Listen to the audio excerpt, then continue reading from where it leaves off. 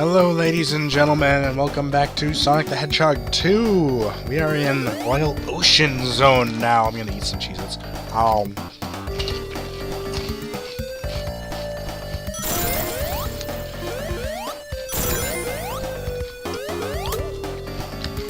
So yeah, this level kind of stands out.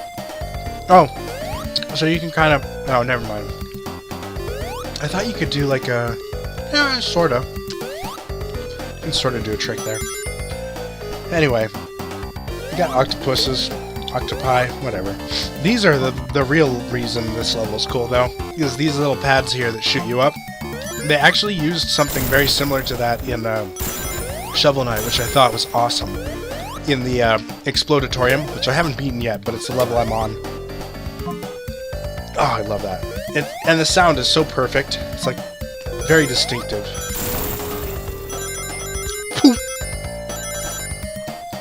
So we're probably going to take this one a little slower. This is definitely like the slowdown level. We'll get pretty fast in the next one, but this is not a level to take fast. Oh, shit, sorry, I was scratching my eye. But you got a lot of this. This is a very linear level. There's definitely multiple paths still, but it's not... You're not as likely to fall into one of the lower paths. You know, you can kind of just walk straight through the level.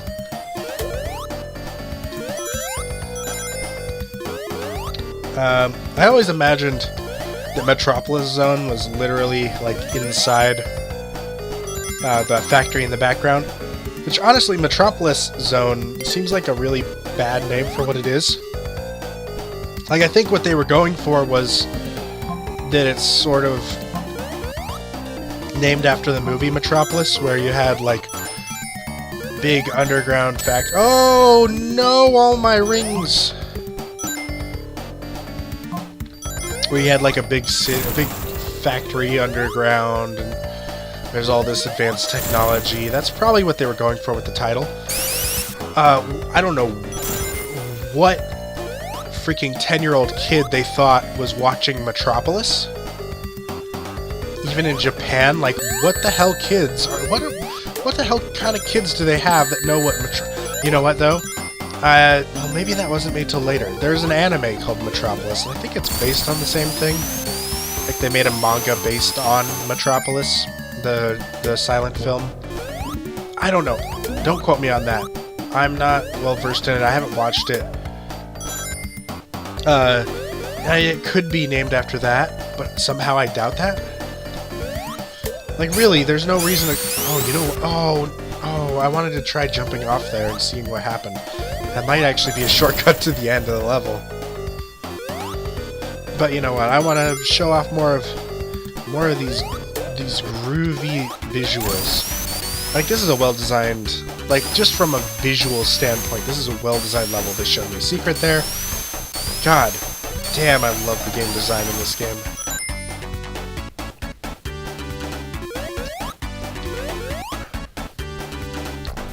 I don't know how to get to that one up, though. I don't think I ever figured that out. Probably could if I wanted to bother, but... Oh, I'm so close to 50 rings. I gotta be careful not to lose them, because I really want to go for that third emerald. I'm gonna run out of levels here pretty soon. So I don't even care. Oh, what? That wasn't... What? That was bullshit. That shouldn't have happened. I jumped from the top. There should have been no registered hit because he attacks to the left. That was utter crap. There's no way that should have worked that way. God. Well, I guess I didn't even run into a post between that spot and here, so it didn't matter in the end. I wouldn't have had a chance. Oof. Oh man, they're really throwing the hazards at me now. See, this is why you gotta take it slow. Give me those rings. Delicious rings. Oh no! Alright, so we got sort of different a different approach here. We got this thing that I can jump through. It basically sends you into one of those speeding... I don't even know how to explain it. What's funny is I've actually seen...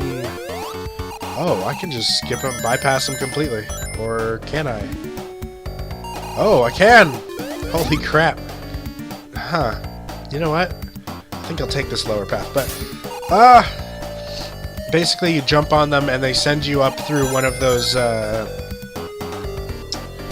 whatchamacallits. Oh, you bastards.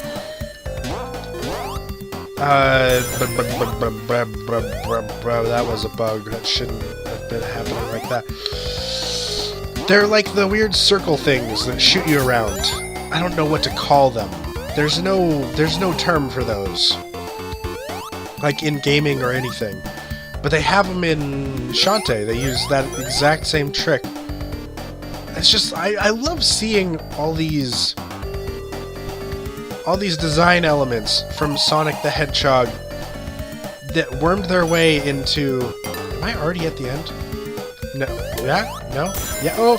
Nope, I'm not. It just looks suspiciously like the end. That wormed their way into modern retro-style games. You know, like Shovel Knight. Shovel Knight's cool because it takes a lot of concepts from many different games and jams them together in a way that's fun. And it doesn't do so, like, it doesn't shove your face in it. It just does it seamlessly. It doesn't try to draw attention to those. And Shantae, I'm sure it borrowed some elements from Sonic the Hedgehog. They're all platformers. It's not as much built on like that same structure of borrowing from other games. Shantae is very much a straightforward Castlevania, Metroidvania game. It's more in line with Castlevania than Metroid, though. Well, that's only half true, I suppose. Pirate's Curse does take a lot from the Metroid franchise, just in how you advance your character by finding power-ups. And I guess that's even true with other Shantae games where you get transformations, but it's not quite the same because while the transformations are definitely useful, they're not the same kind of power-ups. They're more like completely different styles of play. So in that way, like, Shantae Risky's Revenge is in a lot of ways a much more unique game. It does more to stand out. And Pirate's Curse is almost like a straight up Metroid game, but set in with a different setting. I think I can probably just wail on him now. Ow. Yeah. Next one I should be able to get a kill. So I'm not gonna... Oh god. God, I hate... Oh wow, it hasn't done the shoot across the ground one yet, which is crazy to me. Anyway, that boss fight's done. That's probably the least exciting boss fight in this game. It's really not that good. Whew. Oh man, we're done already? That level kind of went by fast. I feel like this is kind of a forgettable level. Like, it's got some cool visuals to it, and... Oh man, Metropolis Zone. And music's... I don't really like the music, but... Oil Ocean's just really not a standout in my mind when looking at all the levels. It's just not my favorite, I guess is what it comes down to. I don't put it as low as... Well, even Hilltop, I feel like has some more interesting gameplay situations. And there's certainly cool stuff like the instant dropping bridges that sort of force you to jump ahead of time stuff like that, and like the weird bouncy things. But they don't really. I feel like they don't utilize the bouncy things quite well enough in Oil Ocean. Anyway, we're gonna move on to Metropolis Zone, which is gonna be a really long episode because this one is 3 zones and they are all freaking horrendously long. So yeah, that'll be fun. Deluxe episode, just like the first one, coming up. I guess I don't even know if I should call the first. I don't know if the first episode even is deluxe.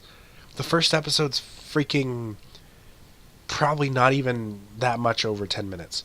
Metropolis Zone will probably take me close to like 20 minutes.